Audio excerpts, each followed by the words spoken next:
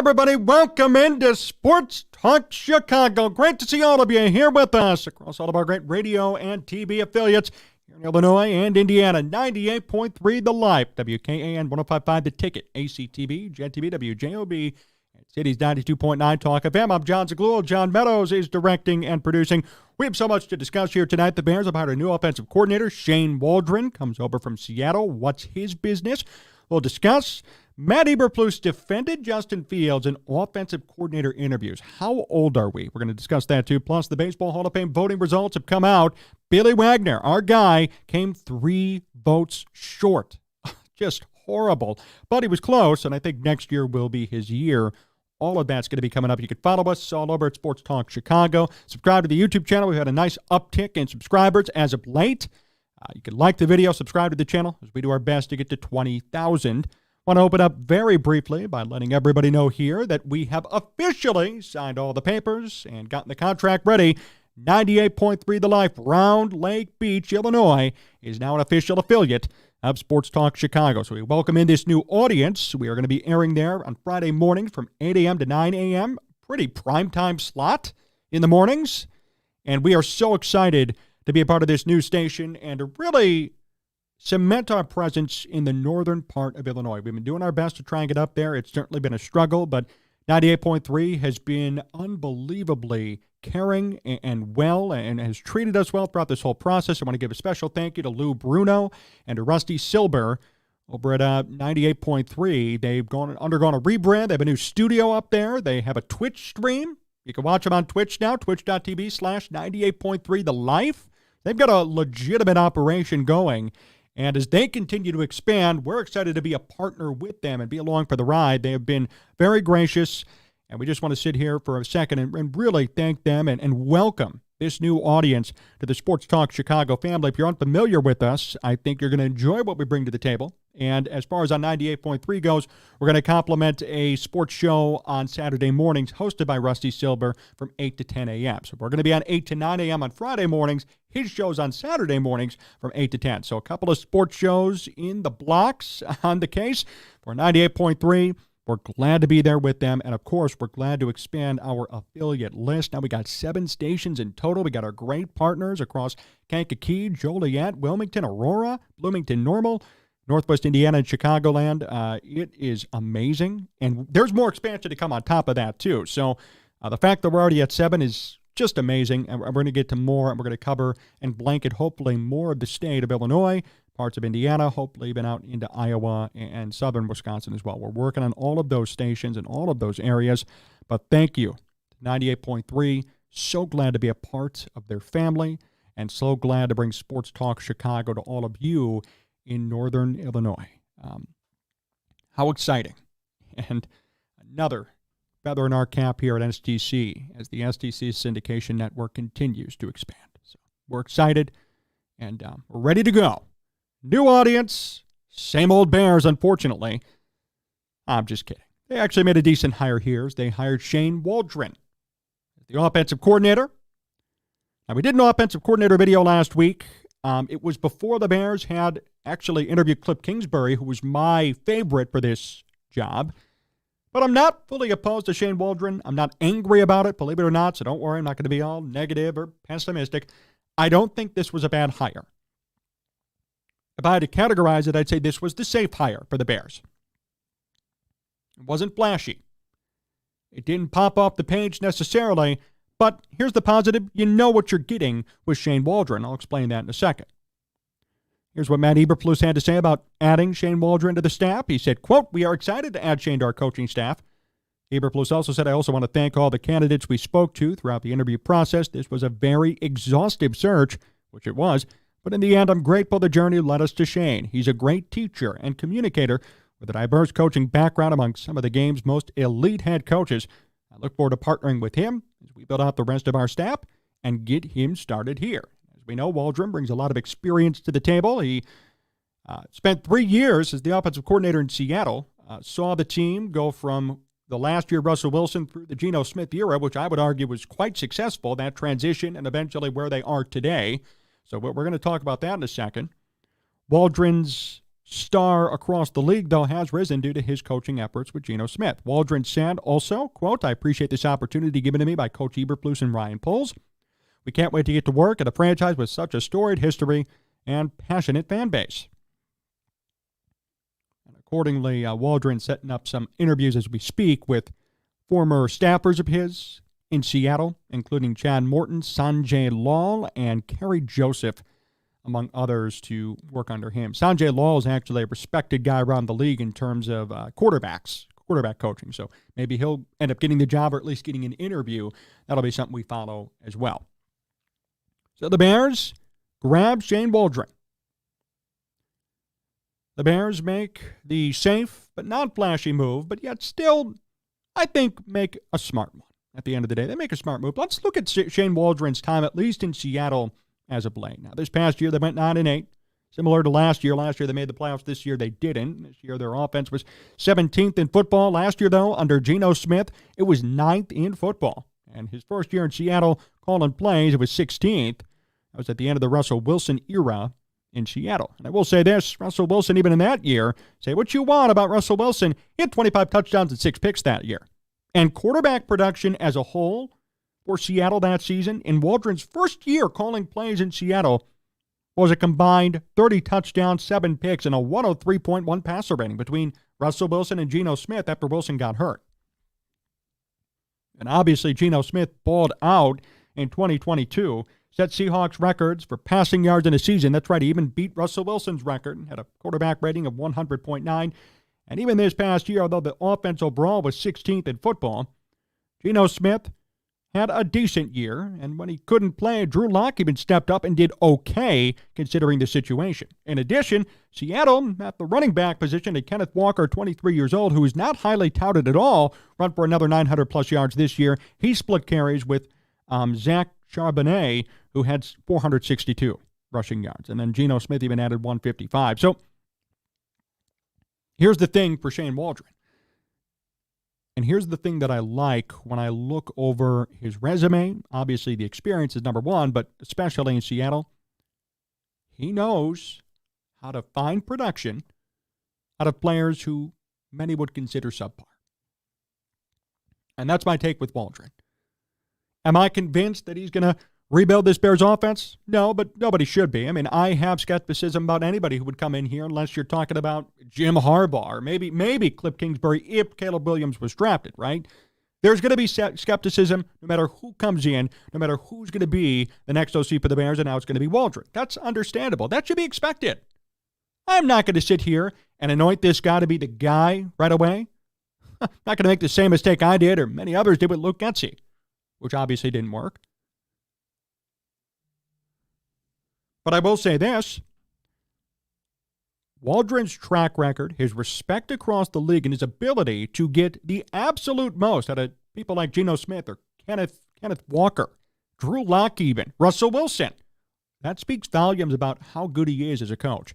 Usually when you judge a coach, in football, any sport, the primary thing that I look at, besides, did he win, does he have the horses, is can he get the maximum out of a player? Can he get the best possible results about every player that succumbs to his leadership? And I will say this. Geno Smith, before he went to Seattle, was a career-long backup quarterback who was obviously a bust and who had no future in football besides being a backup forever. He failed miserably in New York, and ever since then just continued to bounce around the league with no plan, no aspirations, nothing. He had nothing until they went to Seattle. Geno Smith came in during Waldron's first year calling plays there. Russell Wilson's injury, and Geno Smith in limited time put up 5 touchdowns and 1 pick. Smith battled for the job the next year against Drew Lock, won the job, won the NFL Comeback Player of the Year award, and passed for the most yards ever in Seattle Seahawks history, 4,282 in one season. Added 30 touchdowns. And a playoff appearance without Russell Wilson. The last time Seattle made the playoffs without Russell Wilson was when Matt Hasselbeck was quarterback. And they went 7-9, and Marshawn Lynch was running in that big game in which they upset New Orleans. That's the last time Seattle made the playoffs without Russell Wilson. They did it last year with Geno Smith as their starting quarterback. What world are we living in? The Seahawks with Geno Smith, not with Russell Wilson, not with Marshawn Lynch, not with Matt Hasselbeck, made the postseason. And Geno Smith won the NFL Comeback Player of the Year award. Oh, and he set a franchise record for passing yards in a season. All of that occurred under Waldron. And then in 2023, Seattle didn't make the playoffs, but they did go 9-8 again. Geno Smith didn't match what he did the year before, but he also missed 2 games, still put up 3,600 yards. He probably could have gotten to 4,000 again if he had played all 17. And the quarterback production from Seattle this year was still a 90.7 on the passer rating scale. That's combining Smith and Drew Lock in terms of passing yards and passing attempts. You got that production out of Geno Smith and Drew Lock. I rest my case. And this is not me saying that I'm a full believer. I think he's going to be the guy. He will fix Justin Fields or help develop Caleb Williams, whatever the case is going to be. But I will say this. I'm not going to question anything yet because this guy has enough of a resume to justify the hiring. And there's no way you could skate around that. I will say that emphatically. There's no way you could say, oh, this guy sucks, he's bad, I don't believe in him, when you look at what he's done and his body of work in football. And Seattle wasn't his first rodeo. He's been around the NFL for 20-plus years. He's called plays for a number of different organizations.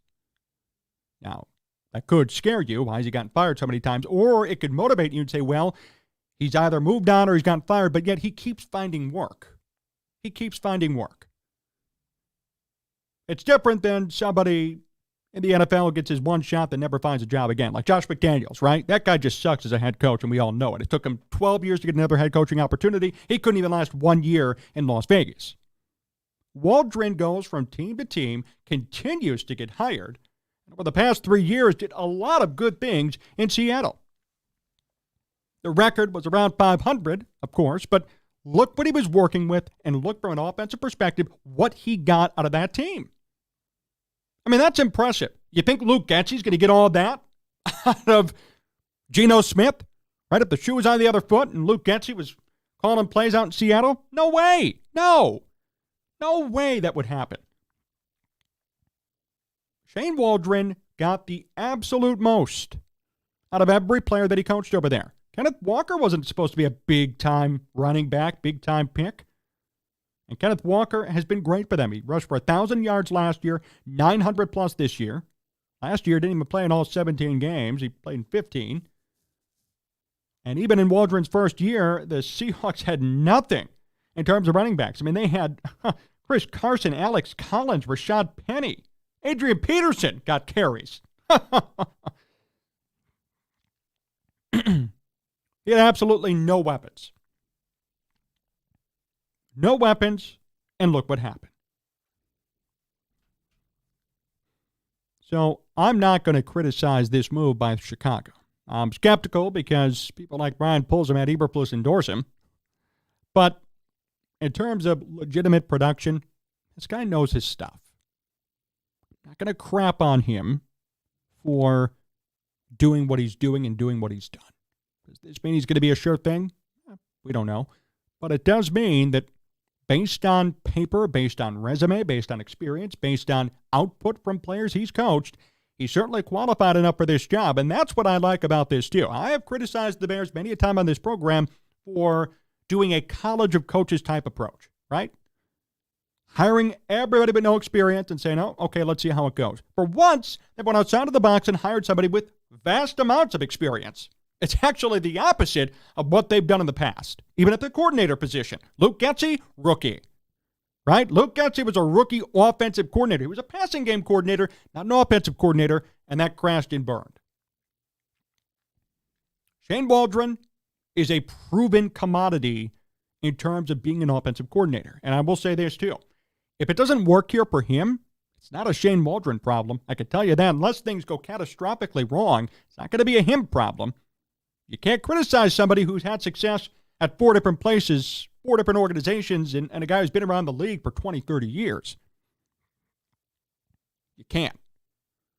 So, the Bears actually made a foolproof hire here. They really did, because Waldron has so much experience and so much success with many different teams in football. He's highly respected around the league. So if things don't go well, it's really hard to blame him. It's probably going to be on the quarterback or the offense or the people that he has, because clearly he's able to do something with nothing. He's able to make Geno Smith Seattle's all-time leading passer in the single season. He's able to have Kenneth Walker be somewhat of a star running back in Seattle when he shouldn't have been anything. He was able to coach up Russell Wilson in his final year in Seattle to put up a 103.1 passer rating. He was able to do all those things in just 3 years and add a playoff appearance. And you know what? For that Seattle team, a playoff appearance is a pretty damn big stretch nowadays. They don't have Russell Wilson anymore. They had Geno Smith. I mean, they were supposed to be so bad in 2022. They were supposed to suck. They went 9-8, made the playoffs. And this past year again, I know they didn't make the playoffs, but for them to even go 9-8 again, that's pretty impressive for that team. Based on who they have on their roster, based on personnel alone, they should not be 9-8. They should be more like 6-11. But Shane Waldron got everything he possibly could out of that offense every single year he was there, whether it was Russell Wilson, Geno Smith, Drew Lock at quarterback, whether it was Kenneth Walker at running back. They still found ways to get production out of a lot of those players who probably should not have put up the numbers that they did. That's impressive. That's commendable. That's something we should be celebrating. And if he could do that with Geno Smith or Drew Lock or Russell Wilson or Kenneth Walker, why can't he do the same here in Chicago? Whether it's Justin Fields or Caleb Williams, whether it's Khalil Herbert, Darnell Mooney, there's so many guys who the Bears unfortunately just underutilized last year, or guys who just did not put up the numbers that they should have put up. And that's a fact. Darnell Mooney had a tough season. Justin Fields, you can say whatever you want, he had a tough season. And if he stays, we need to see some sort of improvement out of him. So this was a good hire by the Bears. This was a smart, shrewd hire. I like it. Not opposed to it. It's better than picking somebody with no experience and saying, hey, trust us. They did that once with Luke Getsy. That didn't work. And the Bears for years have always gone on the budget hire list, hired people with no experience and said, okay, let's see how it goes. For once, they choose experience. For once, they choose legitimacy. For once, they choose a pedigree. Now the question is, can he reform this Bears offense? That's going to be a challenge no matter what, but I'll tell you this right now. If it doesn't work, I'm not going to blame Shane Waldron. If he could do it with Geno Smith and Kenneth Walker and Drew Lock and Russell Wilson, and I'll tell you what, he could do it here too. Depends on how the Bears treat him and what they provide him with in terms of ability to call plays and actually run an offense. We'll be right back here on Sports Talk Chicago. We have so much more to discuss. Apparently, during these offensive coordinator interviews, Matt Eberflus was vehemently defending Justin Fields. How old are we? How old are they? We'll discuss in a minute here on STC.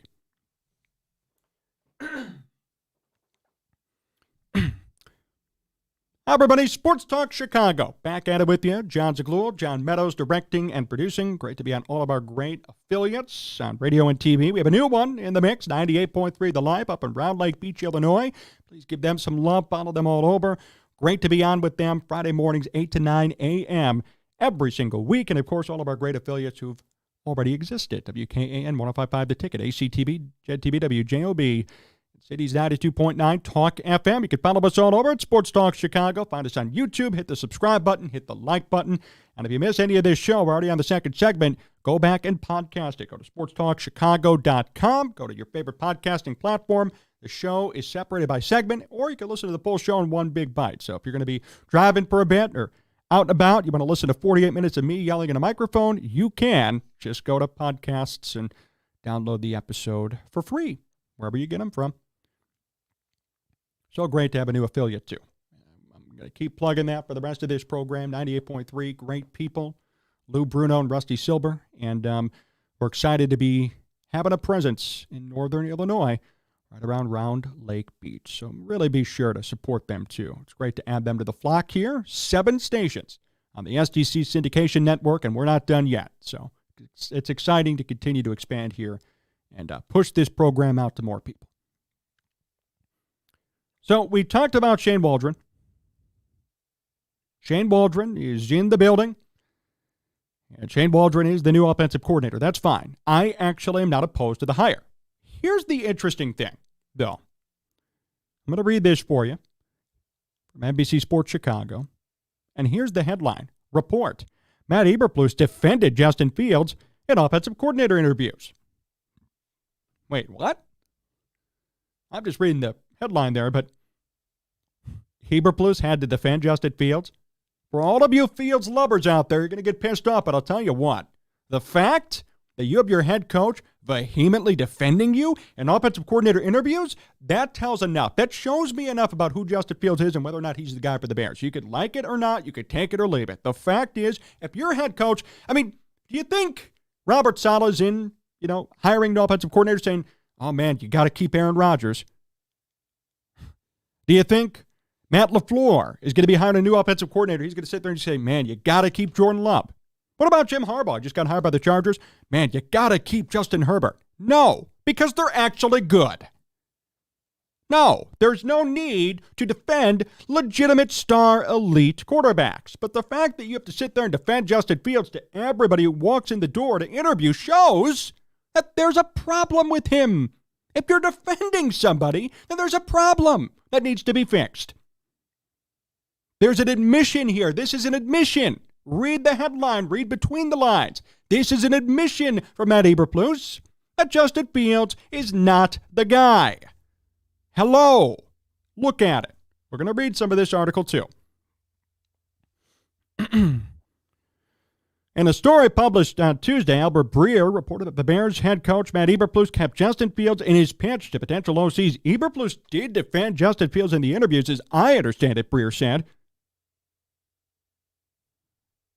And now we have commentary and, classic mainstream media arguing about Justin Fields, whatever. The point is, Eberflus did defend Justin Fields in the interviews, as I understand it. That's what Albert Breer said.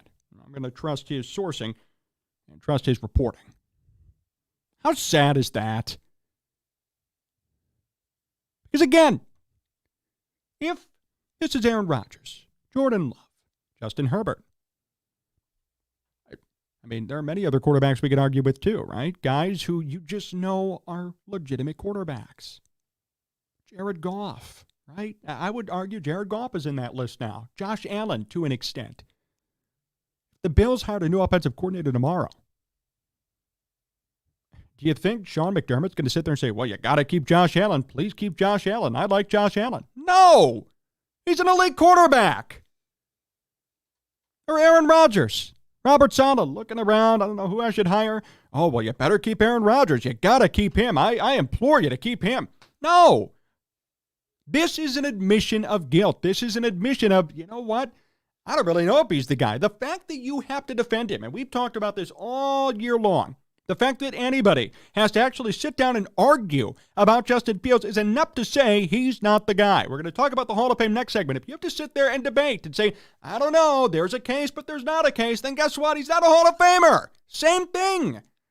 If you have to sit here and pull out all the numbers and really scrutinize and find one thing that you like and then say, yes, this is why, and you've made all of this research and all of these caveats, then he's not the guy, because the real world doesn't rely on caveats. The real world relies on reality, numbers, legitimacy, statistics, results. Results. That's what this world relies on. 10-29, those are results. Those are results. That's real. Oh, but he did this, he did that, he did it. No. 10-29. 10-29.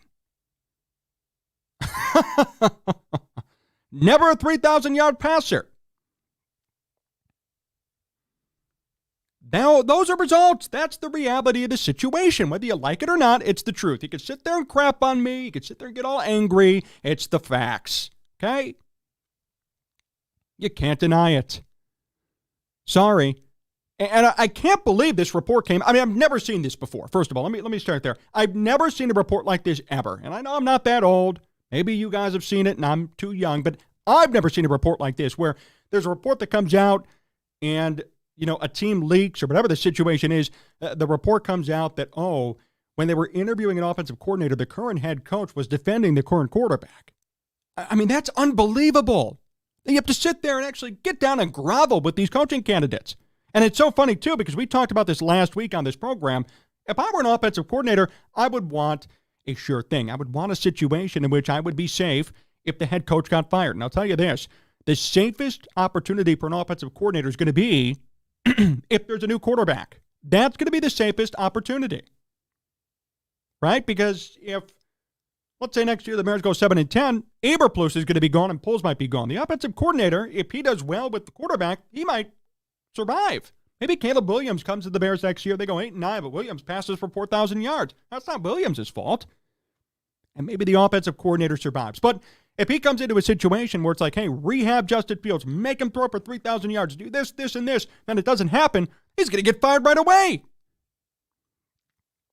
Along with everybody else. Because if the Bears go 7-10 next year with Justin Fields, Matt Eberflus, Ryan Poles, and Shane Waldron, everyone's going to get fired. Everyone's gone. There's no way around it.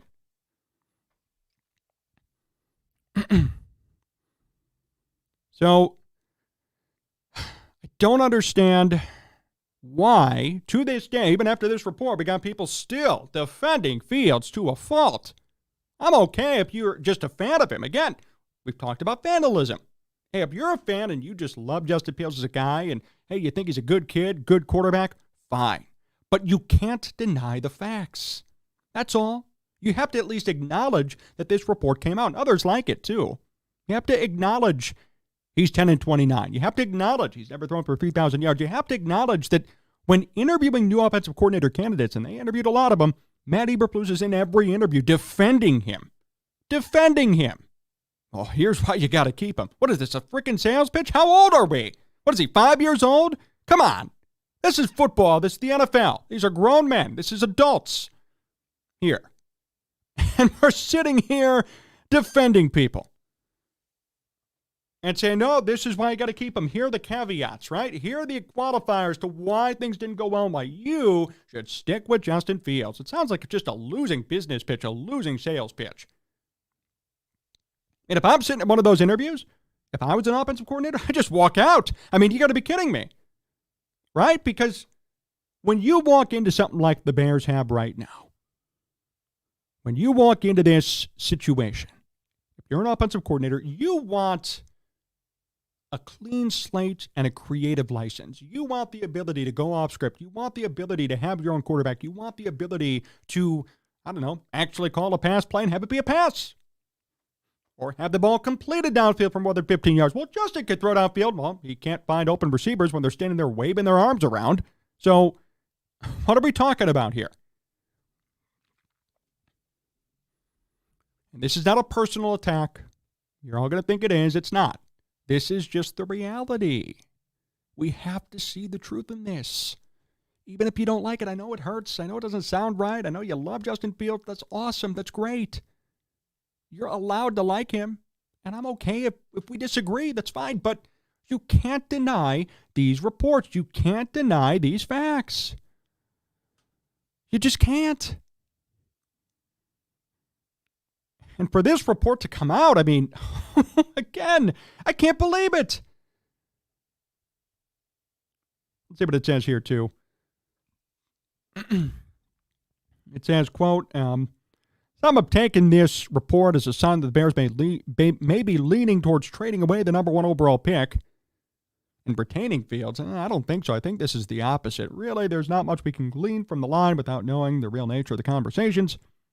Further, it wouldn't make much sense for the Bears to start talking poorly about their QB regardless of what they truly think of him, because if they're trying to entice an OC, it would make the most sense to pump up the QBs already on the roster, and, there could be trade value there too.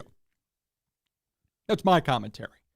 Of course, they're not going to come out and say, hey, he sucks, get rid of him, because they may want to trade Fields, as they should. And Mel Kiper Jr. said a couple of weeks ago that Fields may even fetch a number 1 pick or a top first-round pick. If you get a first-round pick for Justin Fields and you don't trade him, you're a moron. You're a moron. So there's a lot on the line here and a lot going on, as we know. And we're going to be covering all of this stuff from January all the way through the draft and beyond, because I'm curious to see what the Bears do. I have a sick feeling they're going to stick with Justin Fields. I just do. I got this sinking feeling inside of me. But day by day, the case for keeping him just gets worse and worse. The tides are already turning in media, which I'm surprised they're turning this early. I saw a popular media outlet here in Chicago put out this video yesterday touting how it has to be Caleb Williams for the Bears. Where was this 2 months ago? You put this out 2 months ago, you get murdered on Twitter. Now all of a sudden it's popular opinion. So the waves, the tides of the sports media in Chicago are shifting, as they always do, because nobody could stick to a point. So it's becoming more and more realistic from a media perspective that the Bears are probably going to take Caleb Williams and trade Justin Fields. I think that's what they should do, whether you like it or not. But day by day, the reporting gets worse and worse for the Bears in terms of keeping Fields. As we sit back and look at his career in Chicago, you can't argue or you can't deny the 10-29 record, the never throwing for 3,000 yards, the 40 games in a Bears uniform and nothing to show for it. You can say what you want. There's nothing to show for it besides a 5-minute highlight reel. That's it. A cool hype video. There's no real numbers or real results. Now, combine that with the fact that as the Bears interviewed 10 offensive coordinator candidates, they had to sit there in every one of the interviews and defend Justin Fields to a fault. Yeah, not a good look. Not a good look. Might be a good look, in their opinion, in terms of maybe trade value or Matt Eberflus really sticking up for his players. But in terms of reading between the lines here, this is not a good look. That your head coach has to vehemently defend you as other people are interviewing for the job to coach the quarterback. Why do you have to defend him? If he's that good, there doesn't need to be a defense. You think, I'm going to go to this extreme, but let's be real here. Do you think when the Tampa Bay Buccaneers, which they made an offensive coordinator change last year, do you think they were sitting there saying, hey, when you come in, don't give it to Tom Brady, okay? You got to keep him. Do you really think they were doing that? No, of course not. And they wouldn't do that for Aaron Rodgers or Justin Herbert or a lot of different quarterbacks in football. A lot of different quarterbacks in football. So why are you doing it with your supposed elite number one top pick quarterback? If you have to argue about Justin Fields to this day after 40 games of watching him play and frankly fail, then he's not the guy. It's no secret. I'm whispering it because you think it's a secret. It's not a secret. He's not the guy.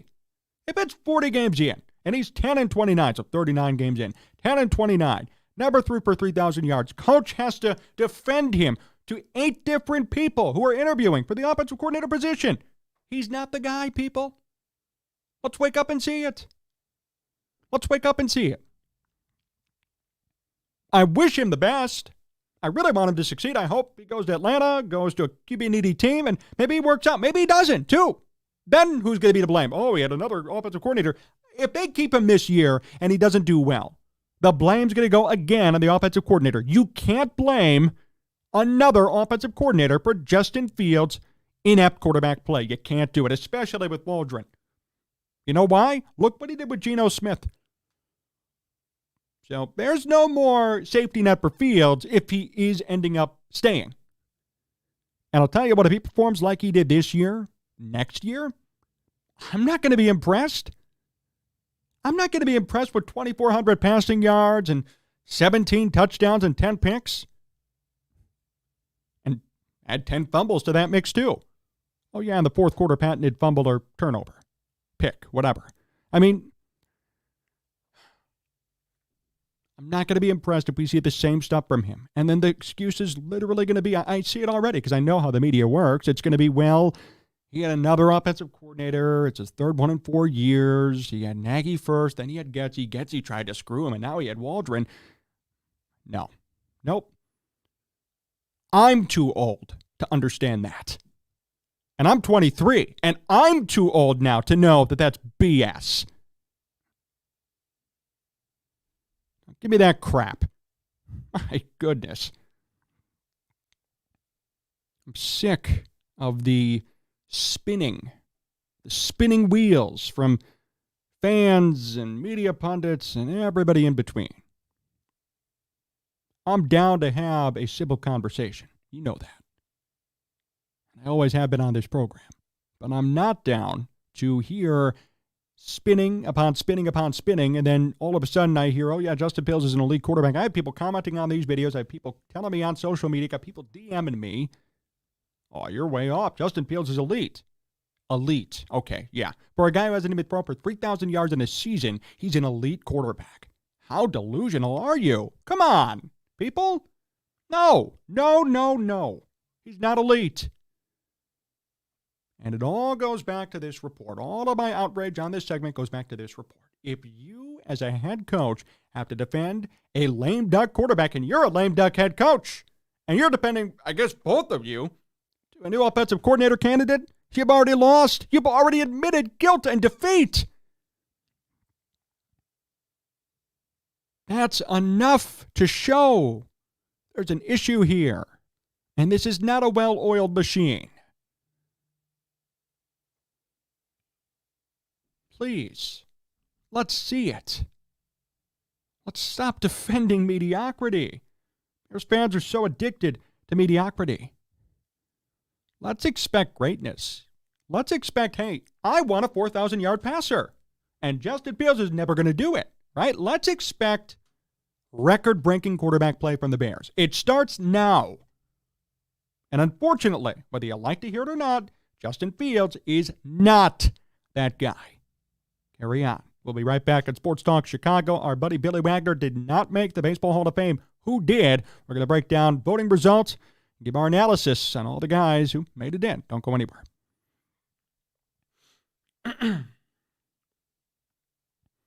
Sports Talk Chicago. Here for Jon Zaghloul, back at it. Last segment of today's program. Jon Zaghloul here hosting, John Meadows directing and producing. We are live all over the place on all of our great TV and radio affiliates, WKAN 105.5 The Ticket, ACTV, JTV, WJOB, Cities 92.9 Talk FM, and our new affiliate, 98.3 The Life, up in Round Lake Beach, Illinois. Hit up all of our great affiliates. Help them, support them, follow them on social media, and listen to our show on them throughout the week and weekend.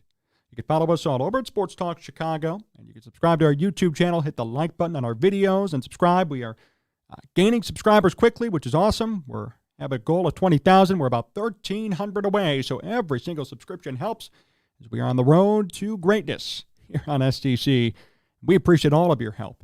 We appreciate all of you guys for hanging out with us and tuning in. We had a heavy Bears discussion in segments 1 and 2. The Bears obviously hired a new offensive coordinator, Shane Waldron, and Matt Eberflus took it upon himself to defend Justin Fields during the OC interviews. You can listen to those two segments on the podcast. Go to sportstalkchicago.com or find us on any of your favorite podcasting platforms. You can listen to the show by segment or listen to the full show in one swoop. Either way, your needs are going to be met on all of those great platforms. We're going to end with baseball. Yes, baseball. And get this. 3 players made it to the Baseball Hall of Fame this year. But one, a friend of this program, I'm going to admit my bias now, did not make it, and he missed by 3 votes. The BBWAA and the Baseball Writers Association of America, they announced who made the Hall of Fame this year in baseball. The following made it in: Adrian Beltre, Todd Helton, snooze, and Joe Mauer made it in. Our friend Billy Wagner came literally 3 votes short, and he has 1 year left to get in. Now, I think next year will be his year. If not, that'd be an unbelievable travesty. Nevertheless, it is unfortunate to see him fall just a bit short here in 2024. Now, the 3 who got in, each of them has a case for and against, except for Adrian Beltre. Beltre was a hands-down Hall of Famer, 3,000-plus hits, 470-plus home runs, one of the greatest third basemen in baseball history, by far. He played a lot of games, played in a long career, but he was dominant for a long time. Played on a number of different teams. Near the end of his career, primarily with Texas, also had a good year in Boston. And he is by far a Hall of Famer. There's no doubt about it. In fact, I believe he was actually listed on 95% of the ballots. I saw people say on Twitter, too, people are sometimes just don't get it. People were saying, well, he should be unanimous. You know what? You know what I say to that? Babe Ruth wasn't unanimous. Not kidding. Go look at the results. Cy Young wasn't unanimous. Walter Johnson wasn't unanimous. There were people at that time who voted against them. So stop with the whole unanimous talk. Who cares if they're not unanimous? They got in. There was 5% of the voters who did not vote for Adrian Beltre. Does that mean they suck or they don't know what they're doing? No, it just means that was their opinion. We should really be going back and looking through past results and saying, how the hell do you not vote for Babe Ruth? How do you not vote for Mickey Mantle? How do you not vote for Mel Ott and Jimmy Fox and Cy Young and Walter Johnson? How do you leave those guys off your ballot? What about Mike Schmidt? I mean, all of these great players. Greg Maddux wasn't unanimous. I mean, all of these guys were not unanimous. The guys I mentioned. The only one who was, the only one still, was Mariano Rivera, and I believe maybe Derek Jeter. And Jeter never won an MVP, and yet he was unanimous. And people got to stop with the whole criticism thing. But anyway, 477 home runs, 1,700 RBIs for Adrian Beltre, 3,100 hits. I mean, that's pretty much a no-brainer. I think almost everybody had him on the ballot, and certainly for good reason. Todd Helton is the other guy who got in. Helton's been waiting for a little bit to get in, and we now live in a world where Larry Walker and Todd Helton, two non-Hall of Famers, are in the Hall of Fame. Todd Helton, good career. I don't have any issue with his numbers, but he really didn't ever achieve any milestones. 1,400 RBIs, 370 home runs, 2,500 hits. He played his whole career in Colorado. It actually blows my mind, and even for the sabermetric people who like WAR, his WAR was only 62.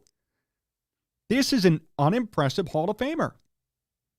And good for Todd Helton for getting in. I don't mean this disrespectfully. It comes off that way. But this is an unworthy Hall of Famer. This is somebody who is a Hall of very good player who for some reason voters galvanized around him because people cried about it, and now he got in.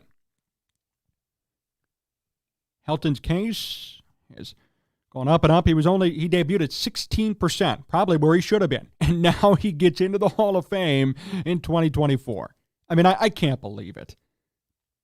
Bad move by the Baseball Writers Association of America. We live in a world where Todd Helton gets in and Billy Wagner gets 3 votes short. I mean, it's all subjective. Everyone's entitled to their own opinion. But they got this one wrong again this year. So now we live in a world where Todd Helton and Larry Walker are Hall of Famers. I mean, you might as well let everybody in. Seriously. I mean, what are we waiting on then? There are Hall of very good players. Why is Paul Konerko not in? And that's actually a fair question. So you're going to sit here and put in the all-time Rocky, the guy who played for the Rockies his whole career, Todd Helton. Paul Konerko blows away Todd Helton in every statistical category. He is a beloved White Sox figure, and yet he fell off on the first ballot. Right? So, see, now we go back to other players, and we see discrepancies and inadequacies, and we're sitting here celebrating somebody else. And he did all this, Helton, in Colorado. Paul Konerko had 430 home runs, and he's not even near the Hall of Fame. This guy had 370, and we got to put him in. Why? Because he's an all-time Rocky? What a freaking joke. I mean, come on. Oh, my goodness. And then the other guy who got in, Joe Mauer. Joe Mauer is a good player. He was, for a time, an elite player. But even Joe Mauer, you know, they put him in because he's a catcher, but he played first base for the last 5 years of his career and DH. So, you know, all of his numbers, they say, well, he's one of the best hitting catchers in history. Well, that's true if you count him as a catcher. But he played first base and DH for the last 5 years of his career. And in fact, he's only played above 150 games once in his entire career in a season. And that was the year he played first base. So again, discrepancies, inconsistencies, inadequacies, and yet we all turn the other cheek and turn the blind eye and let them all get in. So I got an issue with that. I really do. I don't think that's fair. I don't think that's right. Frankly, I think it's a joke. Maybe I'm the only one who gets heated up about this or gets pissed off about it, but you know, they're tarnishing the history of the game by letting people in who shouldn't be in. And I want to say this too. This has been happening for years. Like Phil Rizzuto should not be in the Hall of Fame. Herb Pennock should not be in the Hall of Fame. There are guys in there today from the 30s and the 40s, 50s, 60s, on and on and on, who should not be there. So it's not just this electorate who's getting it wrong, but this electorate, for some reason, is feeling like more and more people should get in for no reason. Scott Rowland's in the Hall of Fame. I mean, did anybody... when you watch Scott Rowland play, did you think, yeah, this guy's a Hall of Famer. He's one of the all-time greats at third base.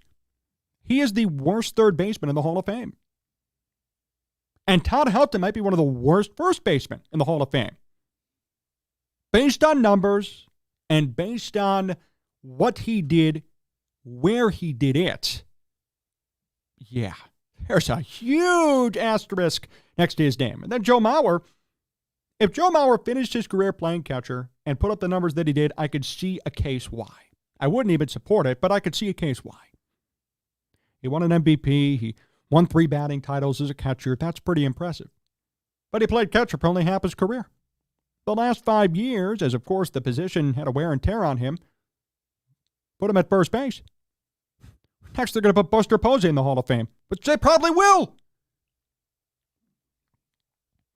And meanwhile, guys like Billy Wagner who actually deserve it. Billy Wagner's top 10, top 5 all-time in saves and was dominant forever.